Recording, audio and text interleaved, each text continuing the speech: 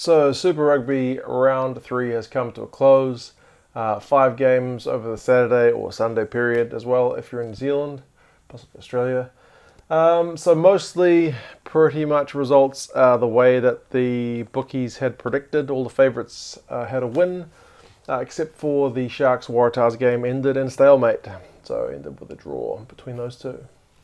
So the first one, Sunwolves Rebels, and due to a bit of poor scheduling on my part, I missed this one, so pretty disappointing.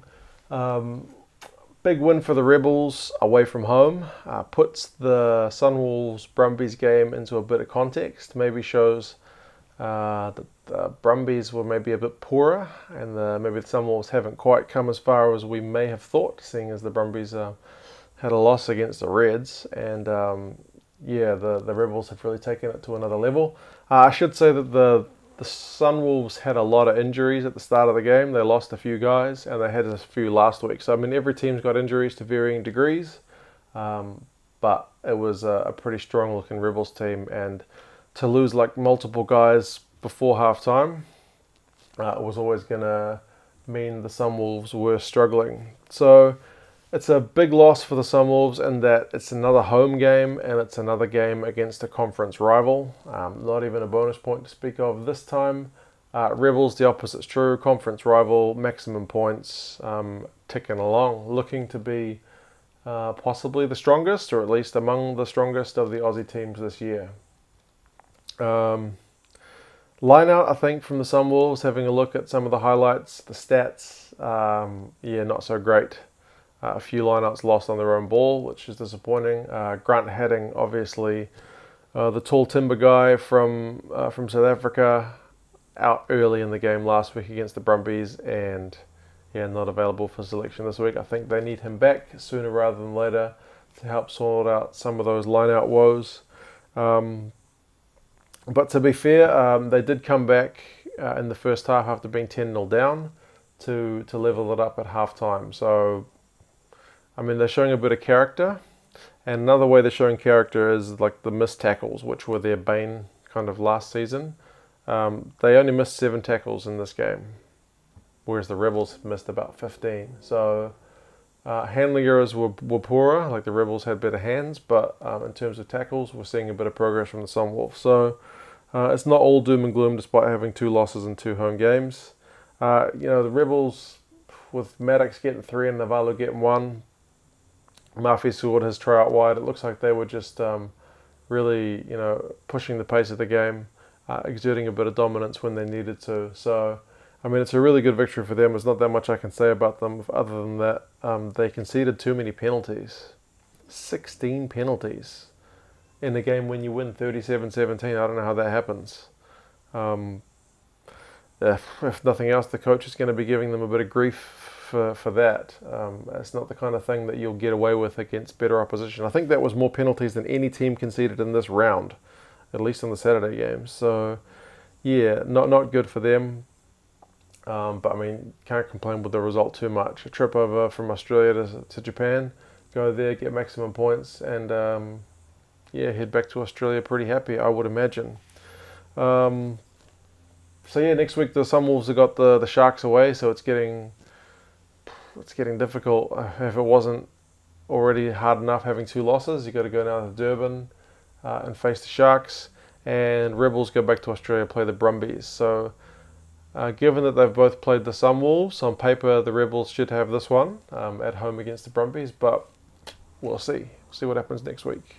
Brumbies should be fired up for that one, having had their loss against the Reds on Friday. In the next game, the Crusaders against the Stormers. So the Stormers, having never beaten the Crusaders down in Christchurch, were picked to get beaten pretty handedly, and they did. I think this was almost the same margin that the bookies picked it to be. So yeah, pretty comfortable win for the Crusaders. Strange to say when you look at being beaten 45-28, but it could have been a lot worse for the Stormers. Could have been a lot worse. They just didn't show up for the first quarter of the game. They were just getting like try conceded after try conceded. The Crusaders were just a steamroller, and they didn't stop. You know, They didn't let them get back up to get back into the game. They just kept pounding them and getting try after try. So when the game finally did settle down, and I remember thinking when I was watching it, just settle down, get into the game, get some ball, build some phases, and you'll be right. And they were a lot better. They were competitive. They put the Crusaders on the back foot. They put pressure on them in some areas that they couldn't handle it. So, but you give the Crusaders a 26-point lead, you're not going to get a result, and they didn't get a result. The only thing I'll say about this is they didn't get as bad a loss as last year. So it's not quite the improvement they might have been hoping for, but I mean, they improved throughout the game, if nothing else. So for the Crusaders, it's the expected win they got. Bonus point, maximum points, still unbeaten, trucking along pretty nicely. Richie Mo'unga did apparently break his jaw towards the end of the game when Kitshoff got his try. So yeah, a bit of a price there for the Crusaders. For the Stormers, they did get some tries, but they really had to work for them. They had to build a lot of phases. I mean, you can see from the try scorers, Janse van Rensburg, Lowe, Schickerling, and Kitshoff, they were having to grind to eventually make that pressure pay off against the Crusaders, whereas some of the tries the Crusaders scored were just a bit too easy, a bit too soft. So yeah, I do admire the fight back the Stormers had after being down so many points early on, and they really wanted to keep fighting right to the end. They were trying to deny the Crusaders that winning bonus point, but just couldn't quite do it.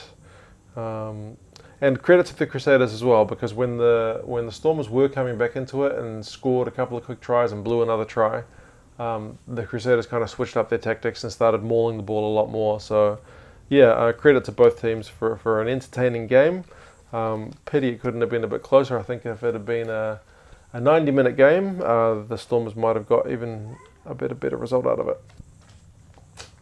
And the next one, missed this one. It was on right in the middle of the night. So yeah, Sharks, Waratahs, ends in a draw.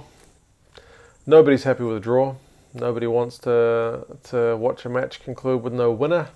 But I think the Waratahs will definitely be the happier of the two, because the Sharks were predicted to get a win. Sharks coming back from the bye, so probably a bit rusty. Waratahs having to travel, also probably not optimal conditions, and that shows because the game had 31 handling errors. 31, so it's pretty bad, and they were pretty evenly spread from both teams. So maybe not a classic in terms of some of the execution throughout the game. Yeah, it's another chance for the Waratahs to win a late win. Well, I mean, they did it last week against the Stormers. They got a last-minute try. This week, kind of a 75th minute equalising score and a pretty cool kick from Bernard Foley to tie the scores up for that conversion, from out wide. But neither team could do it on the 80th. So yeah, ends in a draw. The Sharks will be ruining that soft try that they gave away from that quick line out. When you think Sharks under Robert du Preez, you think kind of structured, planned. So that quick line out, threw it in, bobbled it, Hooper grabbed it, boom, try. I mean, it's never one moment that loses or gets you a draw in a game, costs you a game, but yeah, it ended up being pretty bad, didn't it? So yeah, that'll be disappointing for them. Disappointing for the Waratahs is that they missed 24 tackles. I mean, sure, the Sharks still missed 13, but 24 is getting pretty big. So stuff for Daryl Gibson's men to work on before they go to South America and play the Jaguares next week. The Sharks welcome the Sunwolves, like I said, so definitely will be targeting their first win for that one. In the next game, which I was billing as the game of the week, and it certainly kind of paid off to be that way, didn't it? So 35-49, the Lions go into Pretoria and beat the Bulls. Really good game. Lots of tries, some really kind of cracking individual brilliance, and some really well-worked kind of team play. So, yeah, for the Bulls, it's disappointing, but they were the underdogs even at home, even after beating the Hurricanes last week. So yeah, they can't be too disappointed, especially kind of the fight back they showed. And for the Lions, it's just the expected win. They got maximum points. Kind of like the Stormers pushed the Crusaders to hold on to their bonus point at the end. The Bulls also pushed the Lions to hold on to theirs with a couple of late tries, but they still managed to get maximum points. You can see from the try scorers here, Dreyer, Van Rooyen, Ori, and Marks. Their maul was deadly, so their forward play, their scrum was all looking pretty dominant in that game. Elton Yancey's kicks were pretty pinpoint to set up the maul, so yeah, it was a really good effort. Mahuza's try made Warwick Halant look pretty sick. I mean, I guess he's just come back from injury, so he's not quite 100%, but yeah, Mahuza bamboozled him pretty well with some steps, and yeah, got a big win. But that's nothing to say like the Bulls didn't score a good try, because Johnny Kurtz's try was great, but even better was Ishmael's try. Just cut them up, ran a great line, ran for what seemed like miles, and scored under the sticks. So yeah, like I said, disappointing for the Bulls to lose at home, but can't be too disappointed. They kept Deontay pretty quiet on the wings, but yeah, it's just that forward play was just too dominant from the Lions. They couldn't really hold out. They had one period where they were 2 guys down, 2 guys in the bin, so 2 yellow cards. So like kind of with the Stormers result, it could have been a bigger loss. So although they didn't get a bonus point, they didn't stop the Lions get a bonus point. They can still hold their heads up high to say that they put the Lions through a bit of a game. Bulls now travel to Australia to play the Reds. Not going to be easy. It's a pretty tough looking Reds team. We'll also try to put pressure on them in the forwards. And for the Lions, they welcome the Blues, who aren't looking all that hot. So the Lions will be looking for a 4th win on the trot, no doubt. And in the last game, if you like matches with penalties, this is the game for you. Hurricanes go into Argentina and beat the Jaguares 34-9. In the process, there are 26 penalties. 26. The average for the round was about 18 or 19. 26 penalties. It was a bit of a shocker. Set pieces were messy for both teams. Sometimes scrums weren't going to plan. Lineouts were poor. And the handling was messy. But yeah, the finishing was just better for the Crusaders. Hurricanes. Yeah, you can tell 5 tries to none. So, not to say the Jaguares didn't have the chances. They had the ball and the Hurricanes 22 a lot, but just could not finish. And to be honest, a lot of the time they just didn't look like finishing. The Hurricanes' defense was pretty solid. Phase after phase, they just kept holding them out. There was one try they definitely blew with some poor hands, but for the most part, the Jaguares never really looked like winning it. And the Hurricanes scored a few late tries to kind of blow out the scoreline and pick up a winning bonus point. So, yeah, it was pretty close at halftime, but yeah, like I said, missed passes, knock-ons, poor set piece. Definitely not a classic one to watch. A lot of niggle as well. The guys were at each other off the ball stuff. Perenara got told off for kind of mouthing off at some of the Jaguares players. So, yeah, I mean, big win for the Hurricanes because they had a poor start to the season. So they go into Argentina, get maximum points before their trip back home. Will put them in a better position to face the Crusaders. But based on these 2 performances, the Crusaders are in better form so far. So Jaguares' 3rd loss in a row, season's off to a really poor start. They'll be hoping to get a result against the travel-weary Waratahs team next week. Key stat for this one, I've put that the Hurricanes made a lot more tackles than the Jaguares. So 66 for the Jaguares, 117 for the Hurricanes.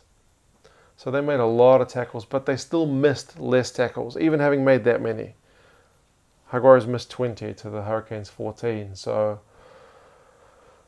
yeah, missed tackles is going to be the killer, and they just could not break through that Hurricanes defense. So, yeah, pretty poor result for them.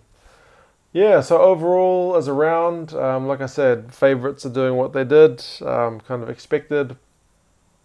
Yeah, Sharks be the main disappointment for the round, not to get that win. So, yeah, overall still pretty good rugby on display. Lots of tries, varying methods. You know, some bulky forwards just busting it up, some magic from the back. So a good mix.